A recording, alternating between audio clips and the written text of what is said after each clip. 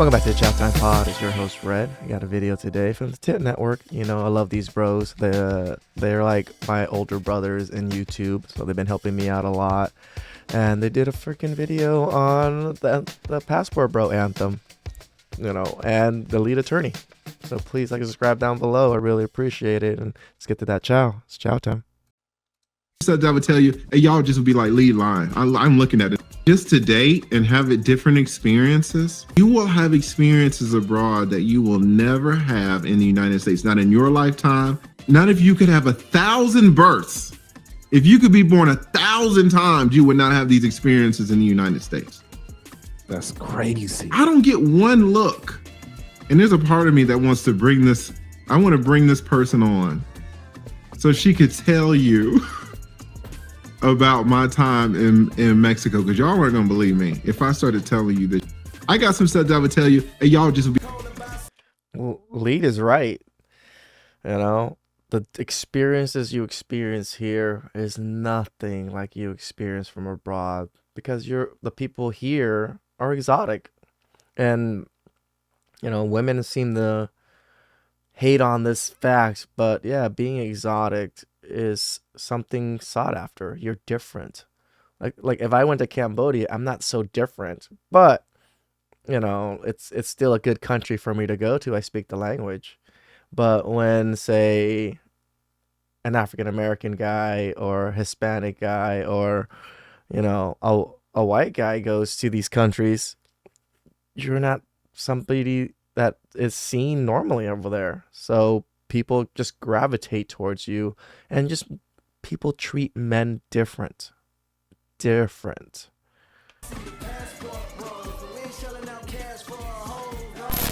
Greetings, you polite savages, and welcome to another Tip Talk. Oh man, congratulations. Another victory for the Passport Bros.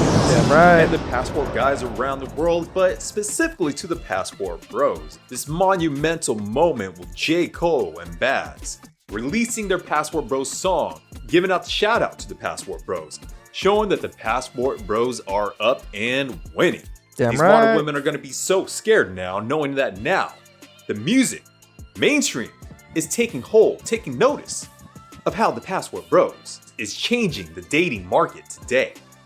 Because the moment you notice that anything that happens inside of music, everyone from all cultures, from different races, will latch on to the idea where men are now dating foreign women, traveling abroad, and living their life.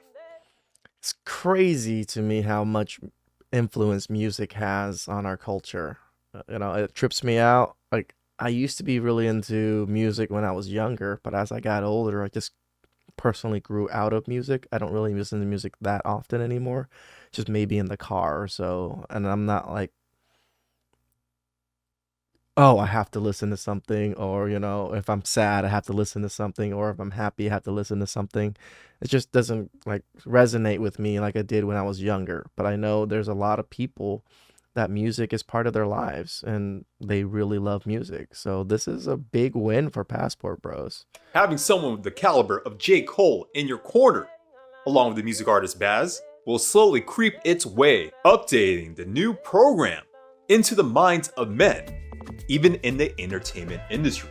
Because once these other stars start joining into the fray, making music about the Passport Bros, movies that put men dating abroad, traveling abroad in a positive light, it's gonna be lights out for the modern women. Because all it takes is one catalyst, and this happens to be a catalysmic event. Because you know the modern ladies are gonna be shaking in their boots. It's going to force them to be more competitive, start to lose some of those extra pounds, that weight, that extra baggage. No pun intended. Their competition Fucking Scott. I still don't think they're going to lose those extra pounds, but we can only hope. is stiff, fierce, and thin. Feminine, fit, cooperative, and friendly. You know, we got a tradition in my family that you got to stay at it and keep at it when you start something. You're not allowed to quit. Damn right. Whether it's martial arts, whether it's anything extra special, extracurricular, trying to learn a foreign language, you got to give it at least a year. And at the end of that year, you got to look back, see how you did, and reevaluate if you got something out of it. If you're doing sports, did you get in the shape you wanted to get? Did you put into it enough so you can get out of it what you needed. And music is no exception. I started playing music in the 7th grade. Started playing band like most people. I was playing trombone, South San Francisco, at junior high school. Howard Tadoon was a band instructor. Never forget the guy, God bless his soul. He taught me a lot. One of the things that he taught me was how to keep my mouth shut. If I didn't know, ask a question and try really hard, because he gave no free outs. I mean, I was in the 7th grade and he was on my neck. Fast forward those skills to the year 1992. I was 18 years old in Japan playing with a jazz band. I got to see the world as a young man, unfettered and unescorted by parents. I got to meet Japanese girls who were interested in me and my dark skin and wanted to know everything about my culture. Eat exotic foods and go exotic places. In the mid-90s, I was traveling to France with the Motivators band. I had met this gentleman by the name of Leroy Chambers when I was 16 years old, and he was the head of a funk band. Leroy's probably the best bass player I ever seen live in my life. Funk bass off the hook. And what did Leroy do? Took me on tour with his band, and I spent the 90s going through Europe, living in France, parts of Africa playing. Damn, that's awesome. He is lucky to experience that as a young man and just to travel to all these countries. I wish I was able to do that. I mean, I got married pretty young. Even when I got married, I didn't travel. I sent my ex-wife on trips, but I just didn't travel myself. Like not much. Like I went to Cambodia, I went to a few places. Just I wish I was able to travel like this. I wish I didn't commit at such a young age to a woman. I mean, I've had a charmed life. So I understand this passport bro movement, because I was with the passports before they had a name for it, back when only about 3% of African Americans traveled in the country if you were outside of the military. But guess what? Dude, that chain is pretty cool, I gotta say. It's like a little passport chain with diamonds and stuff. It's like a little too gaudy and a little bit too much for me, but I think it's still pretty cool. Every time I came back, there was hatred. Oh, you over there smiling for the white people playing that jazz music. They don't care about you. People in my own family hated on me. Oh, and the women, they see you in a picture, you know, a sister see you in a picture with a Japanese girl and she smiled up or hugged up on you. You are in major trouble. Oh, she gonna talk about you like a dog. They was taking L's back then too, because guess what? We didn't care. We were young. We were enjoying ourselves. We were seeing the world. We didn't care. When something happens in music culture, music has such a profound influence on the minds of young men and women everywhere. It does. Knowing someone like J. Cole and others speaking only of positive things about the Passport Bros, about people traveling abroad and finding love, I forecast it, I foresee it, and I predict it, that it is going to have to force modern women to change. If they happen not to want to change, if they are stubborn and stuck in their ways, oh man, it's going to be a dire future indeed for these modern women not being able to find a man. Because the Passport Bros are up, converting more men to become passport guys, updating that mental software of limiting beliefs that they can only date here domestically in the United States. Yeah, a lot of men here in the United States really have that scarcity mentality that they can only get a certain amount of women, or only these women are going to ever pay attention to them, if they even pay attention to them. In other countries, it's a different story. This is why I say, you know, not just me, even the boys say it, travel. Just go out there and see what's out there, experience it. Don't, go out there just to look for a wife, just to look for women. No, go out there and experience the culture, experience the country, experience life. It is so different. And in the Western world. Now it's men like us, staying on code, becoming passport bros, passport guys, having fun living our life and dating abroad. We are the men that will be spearheading the change of the modern day dating market into our favor. And hopefully we can save the Western world by changing the culture. And if not, well, modern women, all I gotta say, it's going to be a very long and dark, lonely road for you if you are that hard-headed to see the Passport Bros are up.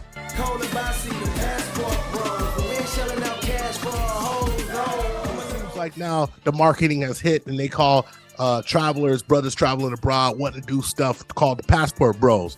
I mean, Tony Yayo has a Passport Bro chain on his neck, Ike style passport. I mean, G Unit do what G Unit do.